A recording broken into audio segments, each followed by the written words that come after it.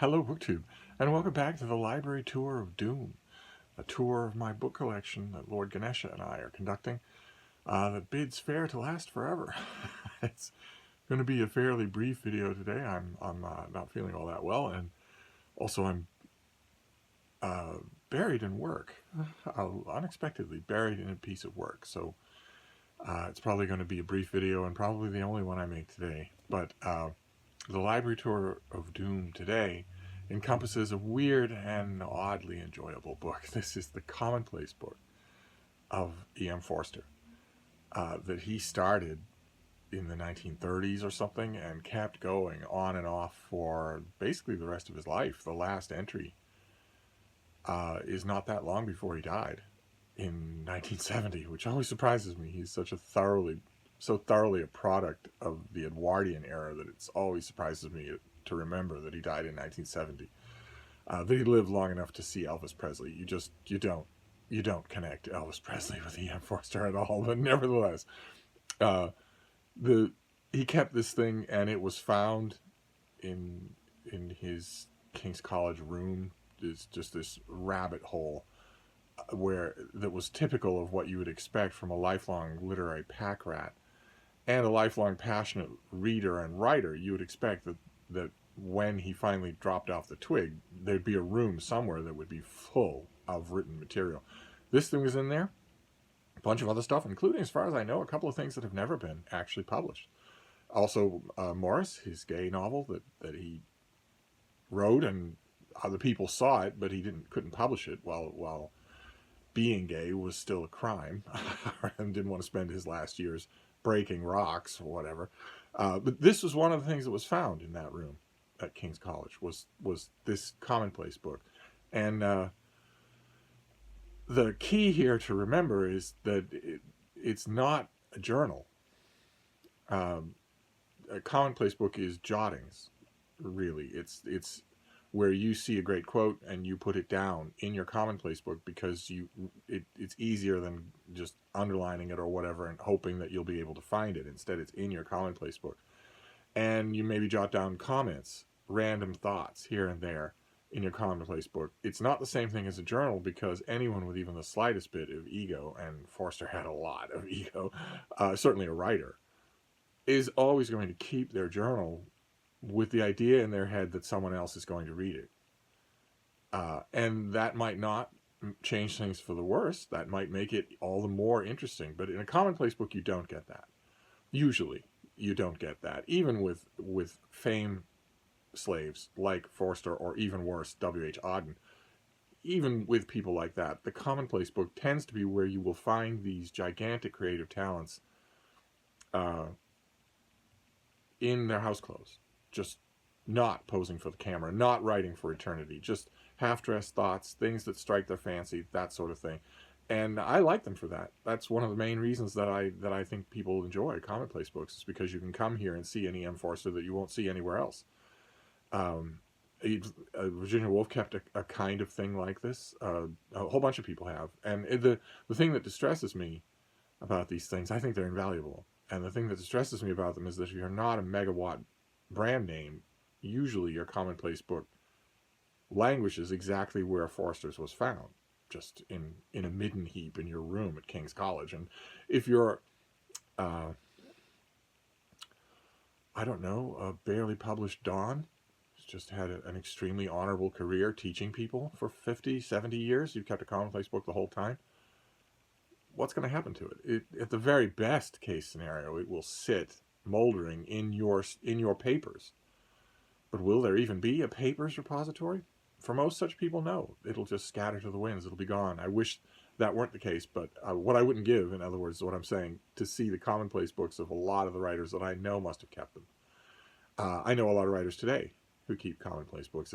It's not a dead habit by any means, and it's not quite the same thing as a journal. I myself keep a daily journal, and I have tried over the years to metamorphose it, very intentionally metamorphose it into a Commonplace book. The reason that we read the great journals in history is specifically because they don't seem to be dressed up for posterity. They seem direct.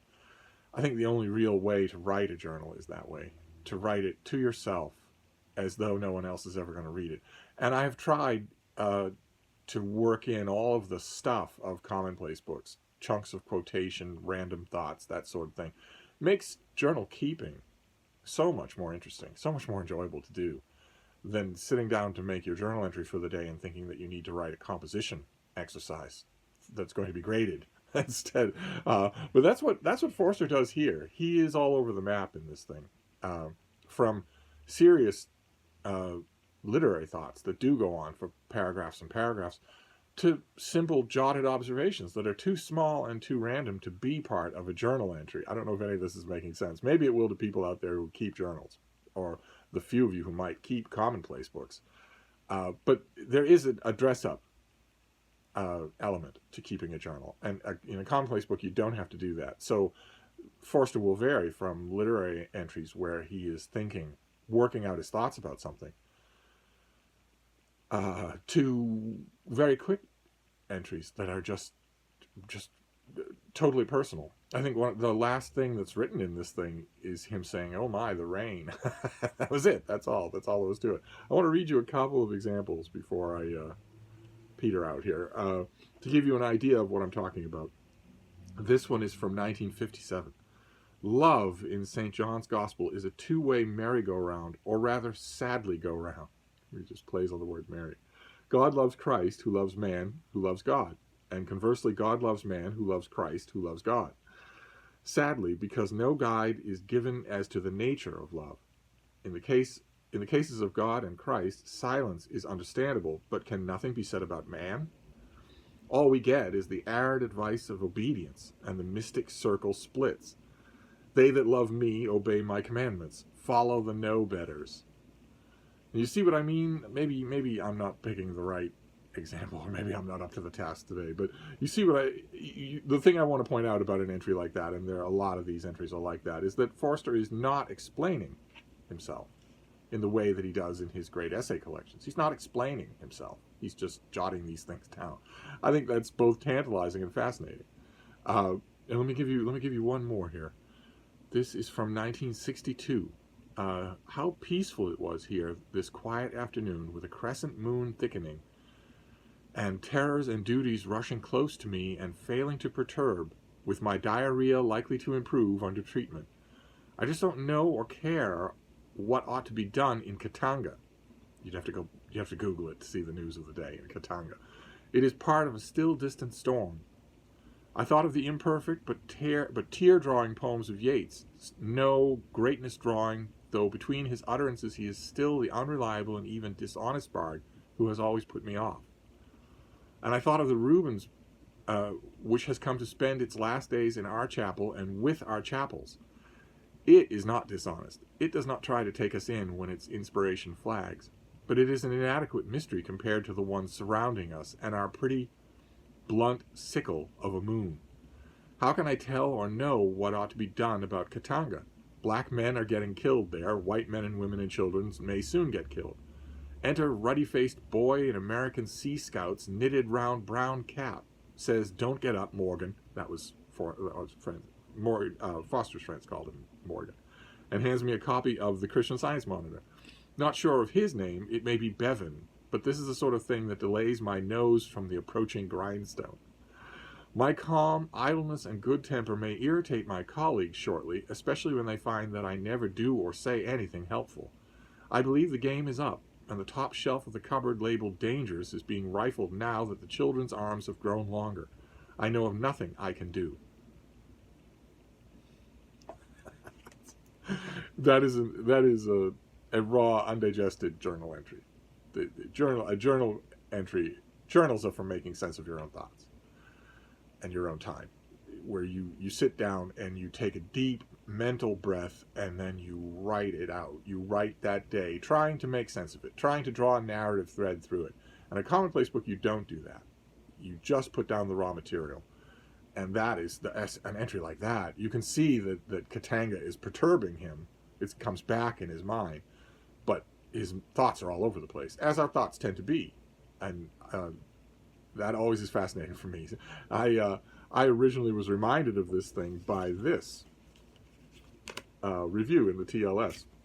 the TLS reprinted, the Times Literary Supplement reprinted an appreciation of the Forster Commonplace book that was written by A.S. Byatt. And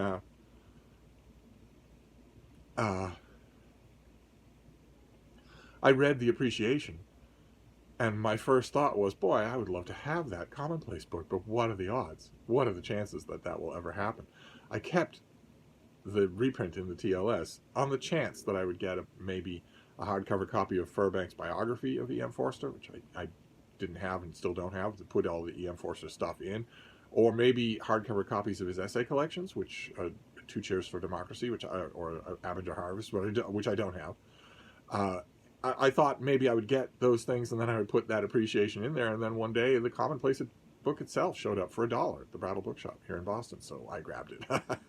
That is your book for today. It's the E.M. Forster Commonplace book, where he walks around, where he just free associates in a way that he very much doesn't do in his very controlled and beautiful novels.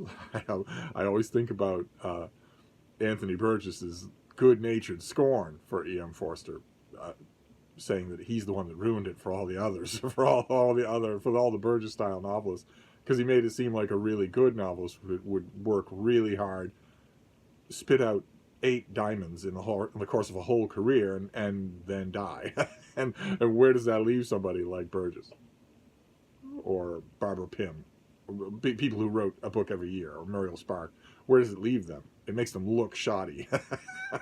I think there's a lot of truth to that, and to the appearance of it, not to the reality of it. Nevertheless, Forster fascinates, and if he fascinates you, you might want to check out this book. I don't know. This was done by Stanford University Press, so there is a chance your library will have it. But as much as I would love to talk about E.M. Forster for another hour, I'm going to stop. But I will be back. Thank you, BookTube.